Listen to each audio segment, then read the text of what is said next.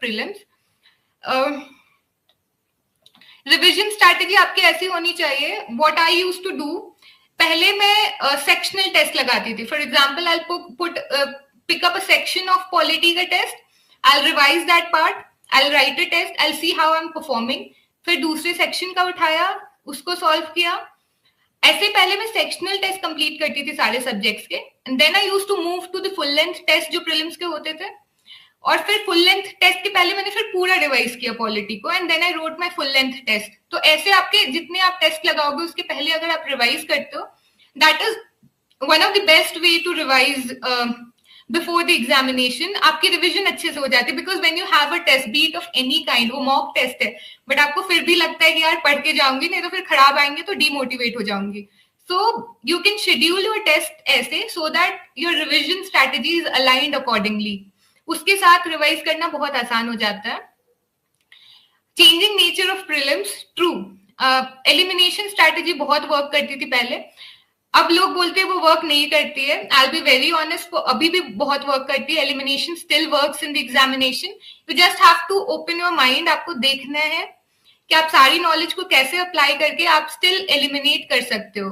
Options काफी change हो गई है, 1 and 2, 2 ऐसे कुछ अजीब से ऑप्शंस आते हैं आजकल, but if you solve the previous questions आप देखोगे आप स्टिल एलिमिनेट कर सकते हो, you can still be smart in the examination. तो एडवाइस ये है कि आप पढ़ो, स्टैटिक पढ़ो, करंट अफेयर्स पढ़ो, प्रीवियस का क्वेश्चन सॉल्व करो, but at the same time be very alert in the examination. उस प्रेशर में अलर्ट होना बहुत डिफिकल्ट है, बट कीप काम। पेपर को देख के ये नहीं सोचना है कि यार ये तो बहुत डिफिकल्ट आ गया है, मैं नहीं कर पाऊंगी या नहीं होगा। अगर वो डिफिकल्ट है, trust me it's difficult for all of them, and if you remain cool, आपका चांसेस इंक्रीज हो जाता है टू क्लियर द एग्जामिनेशन। दूसरा, किसी बहुत, मुझे नहीं पता, मैं जितने लोगों को जानती हूँ किसी को भी 35-40 क्वेश्चन से ज्यादा नहीं आ रहा होता है प्रीलिम्स में, but every year I've marked 90 to 95 questions in my prelims.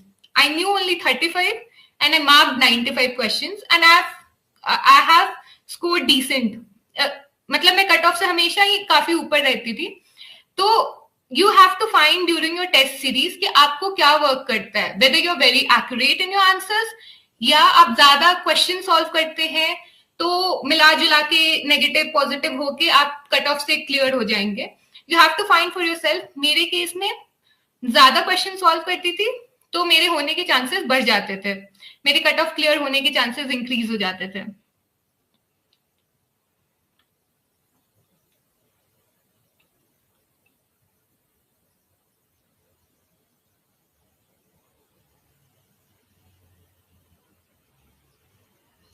किसी ने पूछा मुझसे आइडियली कितने टेस्ट लगाने चाहिए। फर्स्ट अटेम्प्ट में मैंने बहुत टेस्ट लगाए थे because I had lots of time. Covid के कारण हमारा प्रीलिम्स का डेट जो था वो एक्सटेंड हो गया था। It came in October I guess, पहले मई या जून में था। सो इन दैट ईयर मैंने बहुत टेस्ट लगाए थे, 30 from Vision and 30 from Insights, around 60 test. But second attempt में I took around 30 test I guess, and third and fourth attempt में टेस्ट लगाने का मेरे पास टाइम नहीं था, इंटरव्यू के जस्ट बाद प्रीलिम्स एग्जामिनेशन था, so I did not get time to do test. But हाँ, decent number may be, I don't know, कोई नंबर तो नहीं बता सकती, but 20 to 30 test would be good enough for your examination perspective. आपकी अच्छी practice हो जाएगी, टाइम आप अच्छे से मैनेज कर पाओगे वहां पे।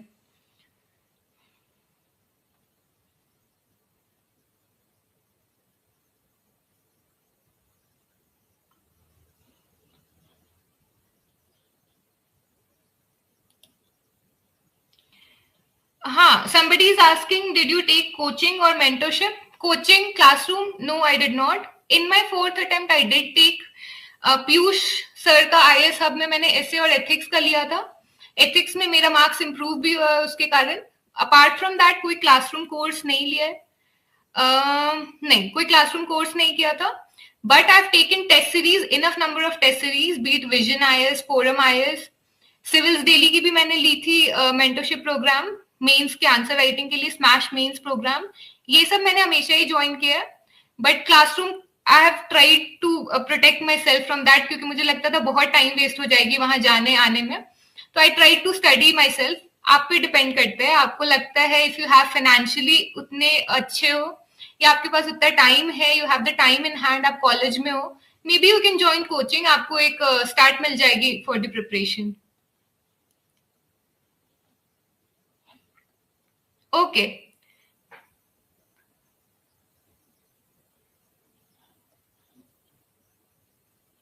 Now I move to mains. Mains का मैं एक एक करके आपको बताते जाऊंगी. फर्स्ट जो पेपर होता है मेंस में, दैट इज एसे का paper. I'll tell you my essay journey that has been really uncertain, जैसे मैं इस एग्जामिनेशन को बोलती हूँ. In my first attempt, I scored 112 marks, I guess, around 112 या 115 ऐसा कुछ score था. In my second attempt, I scored 137 in essay, and I thought I wrote very good essays, तो इसलिए मुझे अच्छे marks आए हैं.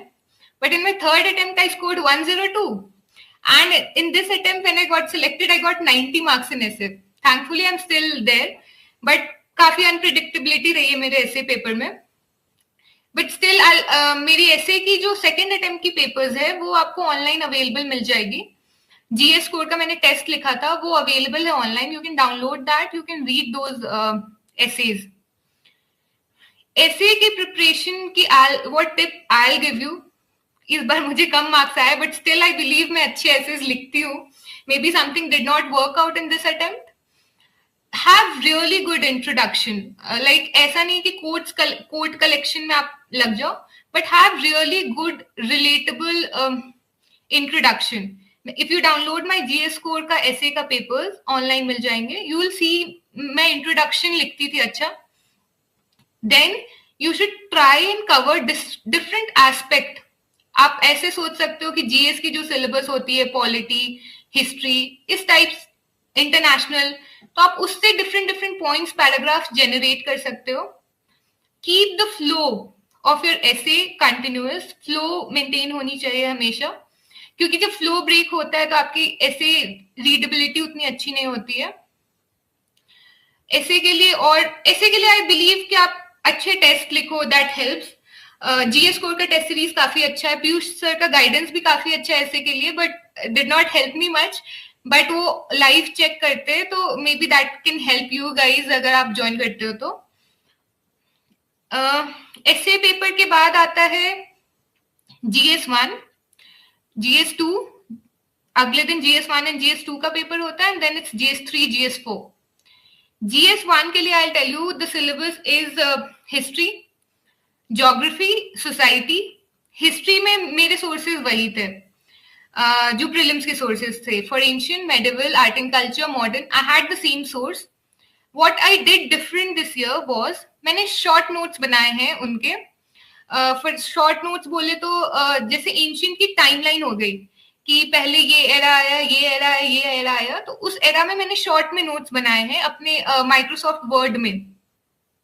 And that note help me revise one day before my GS paper.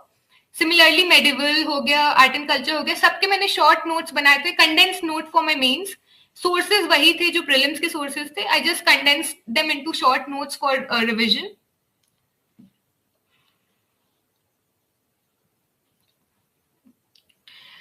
Geography के लिए आई use the same 11th 12th का NCERT.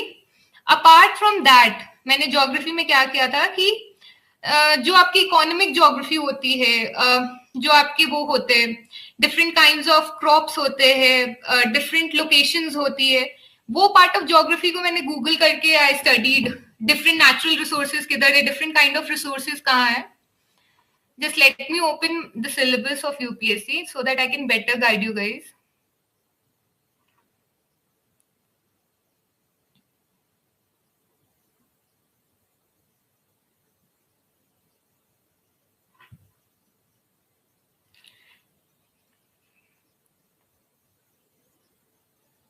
जैसे हिस्ट्री का जो सिलेबस है, GS1 का अगर आप सिलेबस देखते हैं, पहला सिलेबस है current events of national and international importance.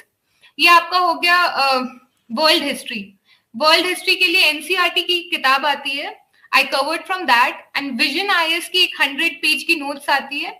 इन दोनों को मिलाकर मैंने अपने एक शॉर्ट नोट्स बनाए थे for world history. World history से ज्यादा सवाल आते नहीं है, किसी साल आते भी नहीं है, but I suggest if you have time आप प्रिपेयर कर लो so that you don't miss on one question, क्योंकि the exam is very competitive. You don't want to lose marks on things जो कि इजी हो पर आपने पढ़ाई नहीं करी हो.